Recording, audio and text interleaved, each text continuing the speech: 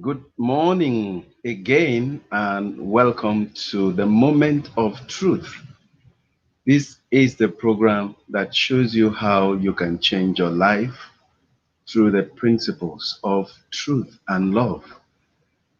Like we said earlier on, truth and love are the most powerful instruments and forces in the entire universe. And by their principles, everybody could achieve any goal and any level of happiness that you so much seek in your own life. We've been looking at the inside out leadership throughout this month, and today we are concluding on this series. I hope you've learned so much so far. It was nice also seeing you listening up and gaining one thing or the other. So today we want to look at the concept of stress crisis management. How do you manage crisis? How do you deal with crisis? When it comes, how do you handle it? How do you navigate through it? And we'll be learning some truths about crisis management and then see how we could go on with that. Now, one thing that is true is that crises come in different forms. It could come from unfulfilled promises that someone gave to you, and then you had put all your hope on those promises, and suddenly the person decides not to fulfill those promises. Or it could come from a delayed expectation. You have planned for something, and then suddenly the whole environment changes, or maybe some unexpected, unplanned for event overtake you. Crises happen in different ways, in different dimensions. For others, their moment of crisis, which is a difficult time, could happen when they lose their jobs or when they don't even have a job. They've been seeking for job for several times. They've graduated maybe 1 year, 2 years, or even 5 or 10 years ago, and they've not seen a good job. For others, it is in their relationships or marriages. They are facing a lot of challenges, a lot of stress, a lot of tension in their marriages. And then finally, for others, is the loss of a loved one, someone very dear to their heart, someone very close to their mind. It could be in different dimensions, and it could be physical, it could be emotional, it could be mental, it could be psychological, and it could also be spiritual. So crises come in different ways, in different forms. And the most important thing is for you to understand what crises are and how you could effectively manage it. There are certain things we are going to be discussing together.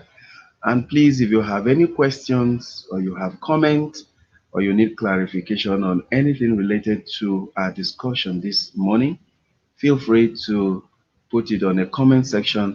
I'll be glad to relate to that during the meeting.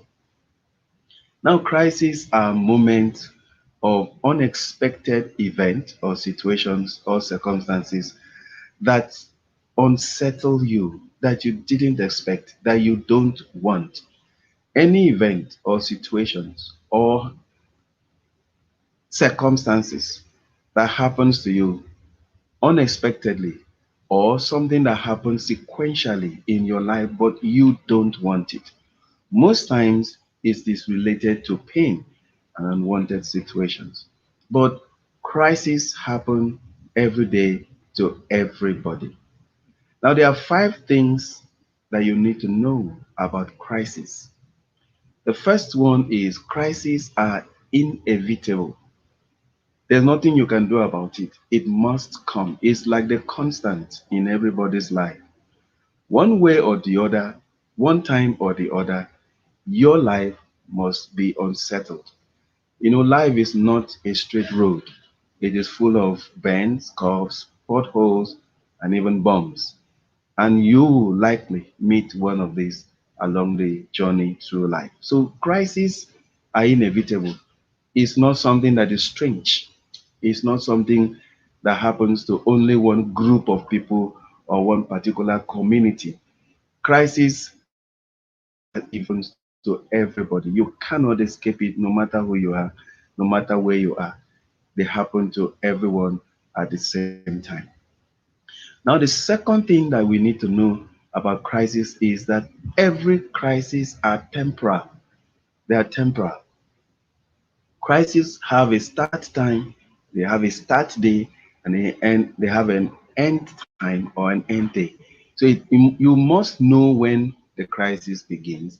And obviously, you should also know that one day that crisis will end. So crises have start time and they also have end time.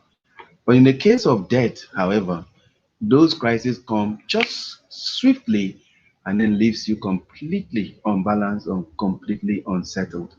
And sometimes it could be very, very devastating. So, but what you need to know is crises are not eternal, they are not everlasting, they are not endless. They have their own start time, they have their own end time. So, the first thing you know about crisis is that crises are inevitable. You will face it. The way you will face it is different from the way someone else will face it, but you will face crisis in this life. If you will grow, if you must grow, you will definitely face crisis. And then secondly, crises are temporal. They are not eternal. I mean, whatever you're going through, the day you die, that's the end.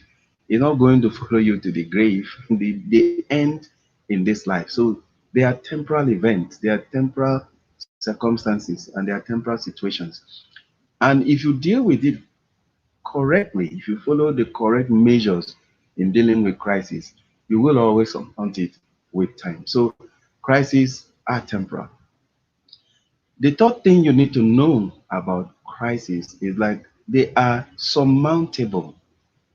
There are no crises that happen to you that are not surmountable, that you cannot overcome. Whatever shape they come, is something that you can overcome. And it's also important for you to know that you are not the only person going through that kind of situation at that moment. Even at this time, you are not the only person.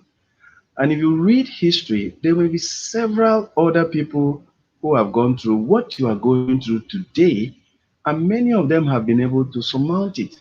Many of them with courage, determination, resilience, and doggedness, they've been able to overcome the same challenge that you are. So that gives you the courage that if someone else can do it, if someone else has done it, it also means that you can also do it. It also means you can do it. And the second thing is, if you have ever surmounted a difficult situation before in your life, that also should give you the confidence that if you have done it before, you can do it again. So the good news about crisis is that they are surmountable. There's something you can pull through. There's something you can overcome. There's something you could deal with. There are things, there are events that have a solution. There is a solution to every form of crisis. Whether it affects you emotionally, whether it affects you physically, whether it affects you psychologically, you have a solution. There is a solution to that particular event that is happening in your life. So the first thing you must know is crises are inevitable. You can't escape it. So don't say this shouldn't have happened to me. This shouldn't have happened to me.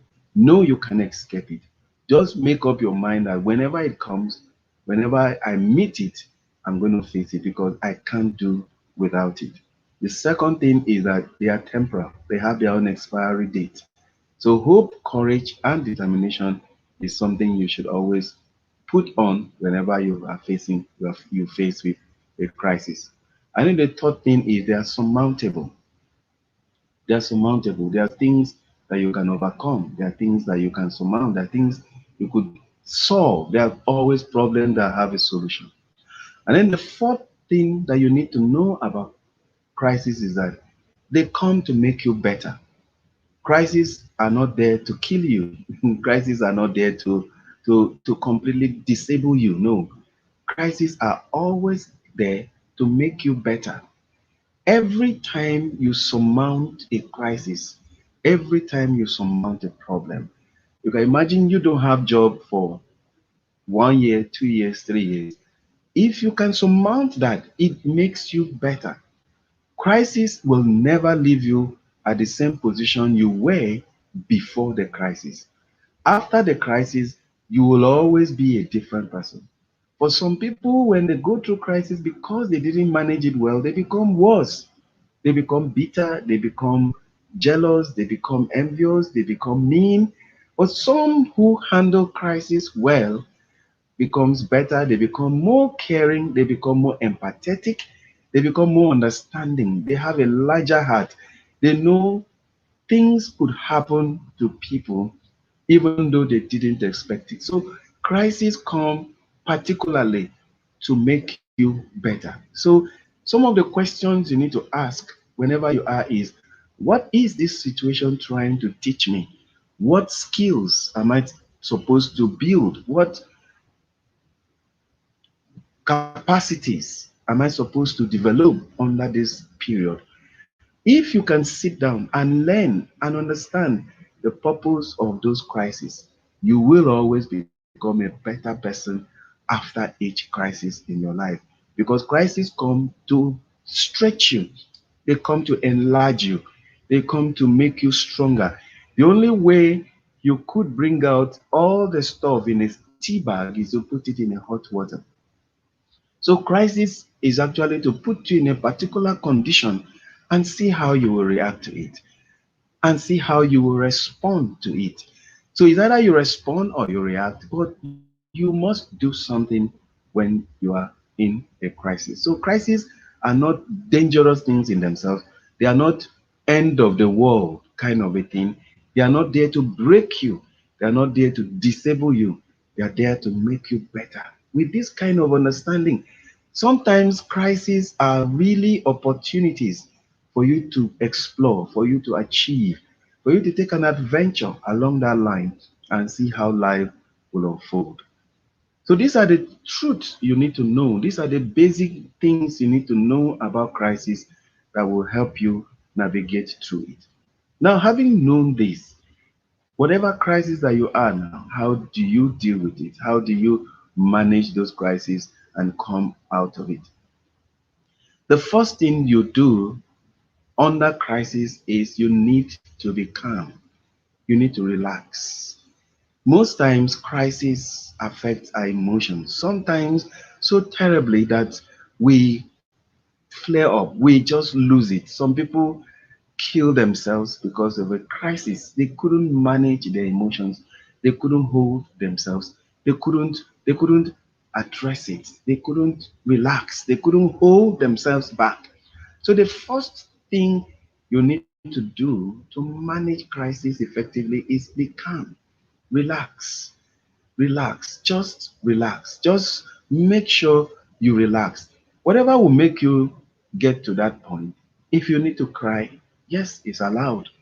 Sometimes when people are going through difficult times, other people will say, no, no, no, you can't cry. You have to be strong. No, there's nothing weak about crying. Crying is even a better way of expressing your emotions than just bottling it up. Most times, most sicknesses, most disease come because of bottled emotions. Please don't bottle the emotion. Relax, express it. If you want to take a time out, please do. If you want to shut yourself off from everybody, please shut yourself off for a time to be able to manage that period. The first thing you do under crisis is please learn to relax. You have to relax. Whatever method you could use to relax, you need to get that done. Please relax. The first thing you do in crisis management is to relax, especially your emotions. Don't allow your emotions to get out of hand, because at that point you can't do anything, you can't think straight, you can't. All you need to do is calm yourself down, relax, forget about the thing that has happened. Just make sure you recollect yourself and you are relaxed. I mean, this morning as I was planning for this event, all the network around me just decided to go off and I was so unsettled. I had to move from a location to another location where I am now to be able to hold it.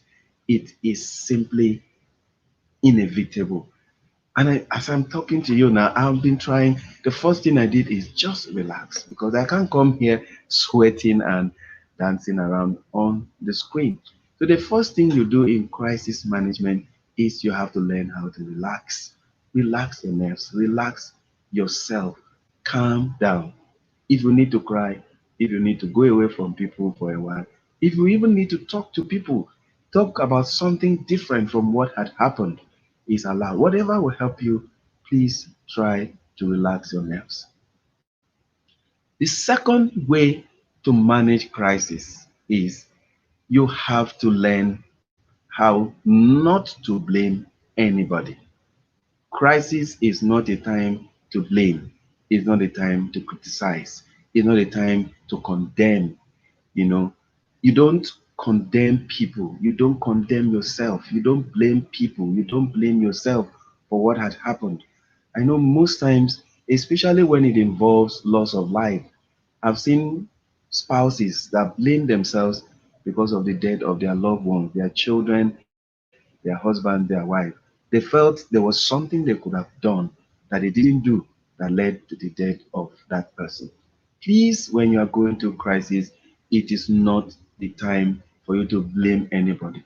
Don't blame yourself. Don't condemn yourself. Don't criticize yourself. Those are the three C's you must never do when you are going through crisis. Don't blame, don't criticize, don't condemn, don't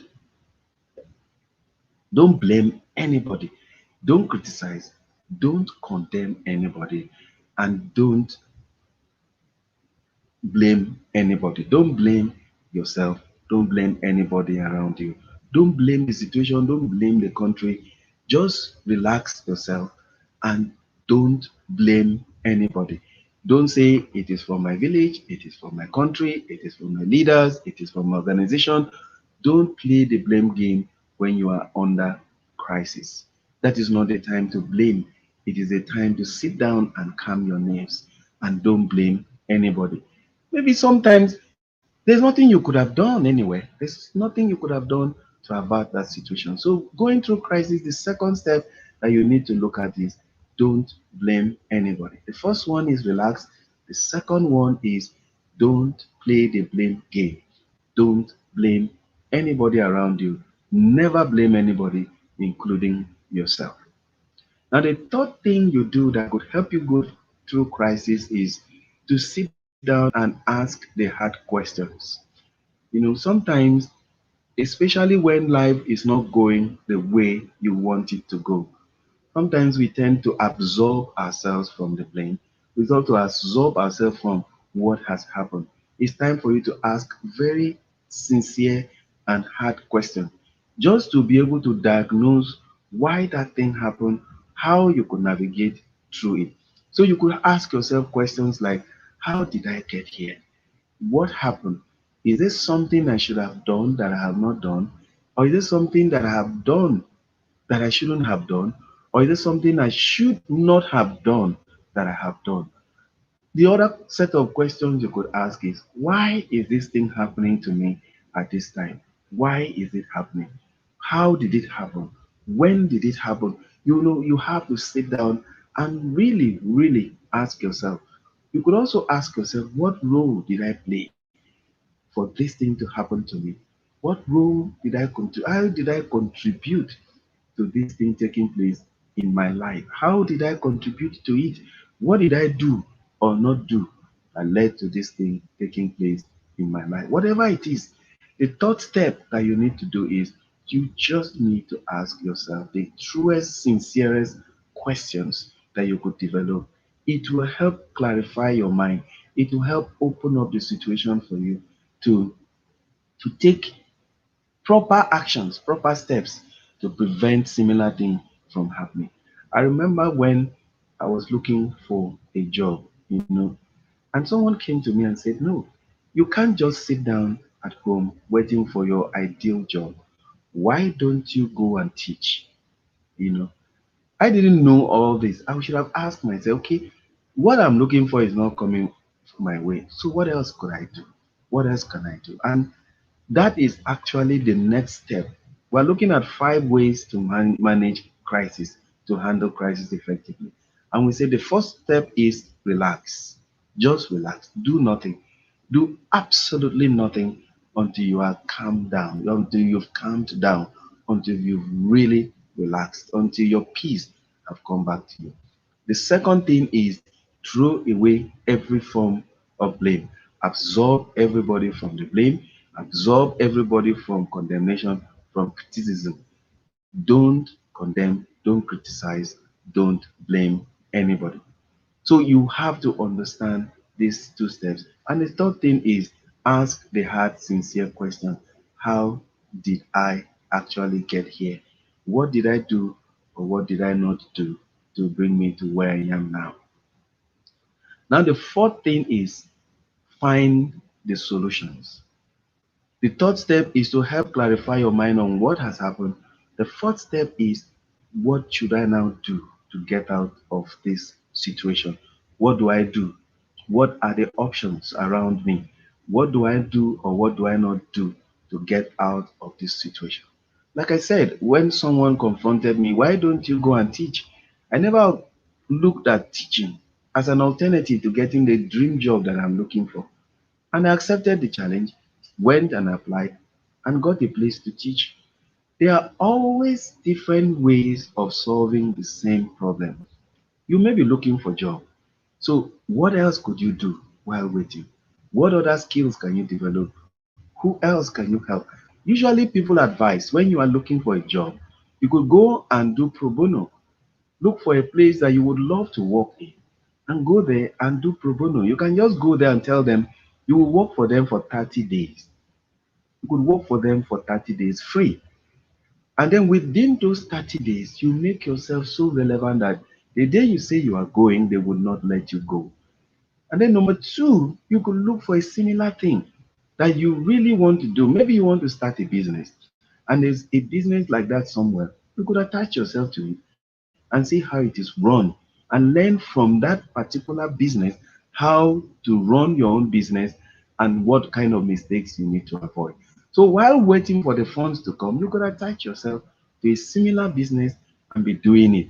So the fourth step in managing crisis is looking for the solutions, asking yourself, what can I do for the meantime to make myself come out of this situation? Whatever it is, if it is a relationship that is bad, this is the time for you to sit down. Okay, this relationship is like this.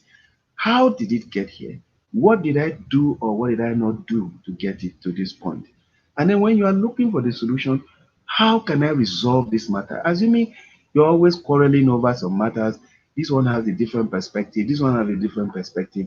You will come up with solutions like, is there a third perspectives the two of us should be looking at?